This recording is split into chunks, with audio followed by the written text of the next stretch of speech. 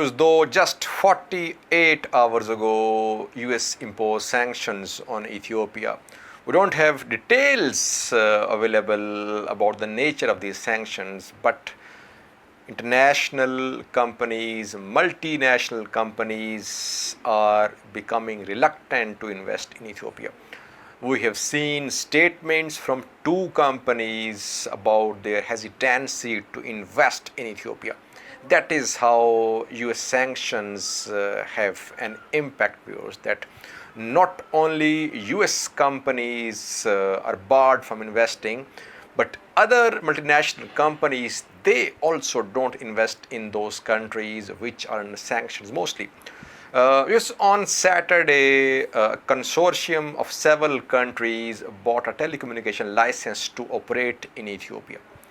Ethiopia is privatizing its state-owned company Ethio Telecom, viewers. And a consortium of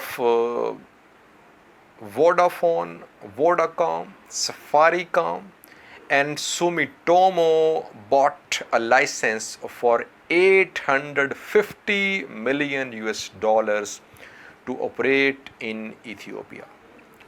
Vodafone is based in the UK. Vodacom is based in South Africa. Safaricom is Kenyan telecommunication company, and Sumitomo is Japanese company. These four companies, a consortium of these four companies, they bought a license for 850 million US dollars on Saturday to operate in Ethiopia. What happened after that? After that, US imposed sanctions on Ethiopia.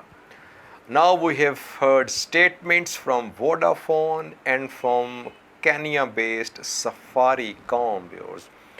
Officials of these two companies, they are saying that the companies are thinking over their investment in Ethiopia.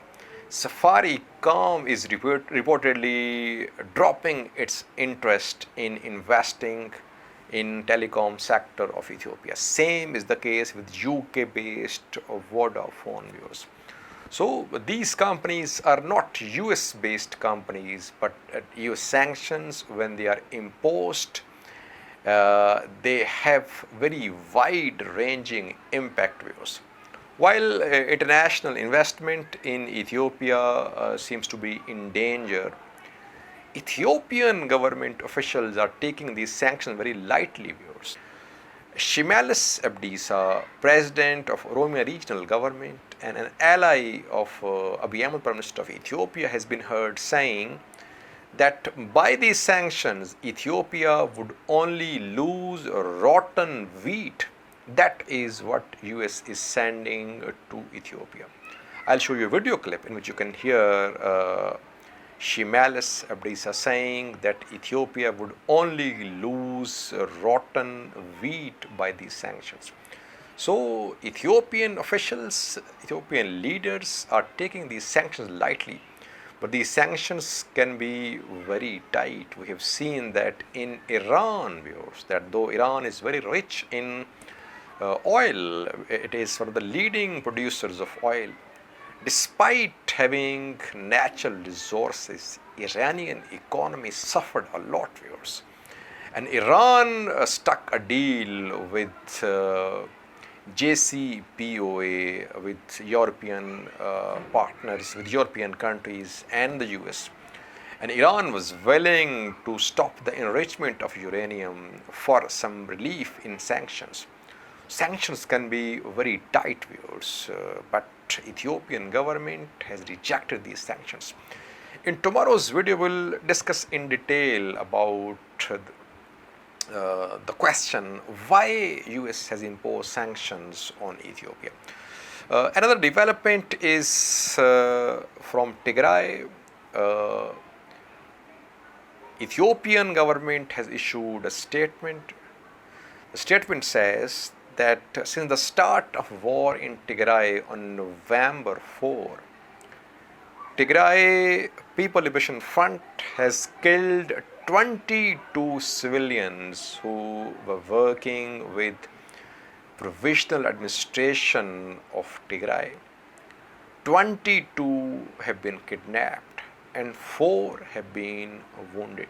So around 50 civilian leaders and officials working with Tigray's provisional administration has been killed, abducted or wounded by TDF or TPLF. We haven't heard from TPLF or TDF as well about killing or abducting civilians working with provisional government of Tigray. Ethiopian government has also just given figures. It has not given us names of the persons killed. So it is just a claim made by Ethiopian government. Ethiopian government should disclose the names of the persons killed or abducted by TPLF.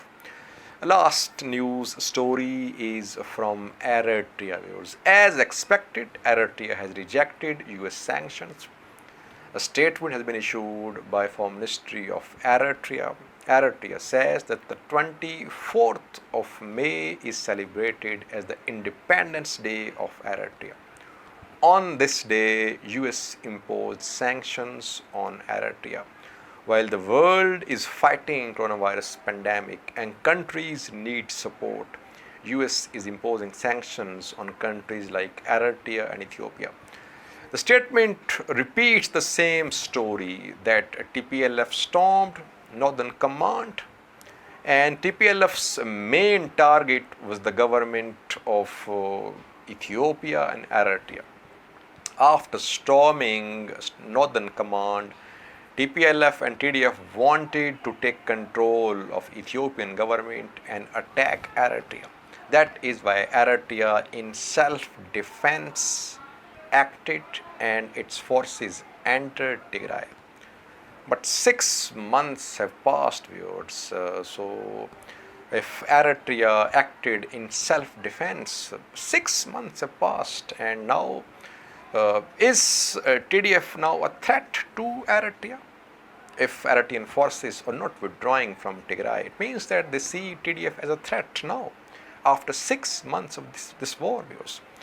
Lastly, was watch the video clip showing Shimalis Abdisa, President of Oromia Regional Government, ridiculing US for imposing sanctions on Ethiopia. I think for watching. ያው ቪዛ ተከልክሏል እኔን አቁኝም እኔ ማላቃቸውም ስለዚህ ብዙ አይመለከተኝም ሞያሌና አድዋ ለመሄድ ቪዛ አስፈልገኝም ከዛ ውጪ እኔ ብዙ እንቅስቃሴ ስለማረግ አቁኝም አላቃቸውም ስለዚህ የውሳኔው እኔን አይመለከተኝም እንድታደርሱልኝ ከዛ በዘለለ ነቀዝ የበላው ስንዴ ነው የሚቀርብን ቢቀርብን ይሻላል ብዙ ቀልደውብናል እግዚአብሔርም እንግዲህ ዝግትግት አርጎብናል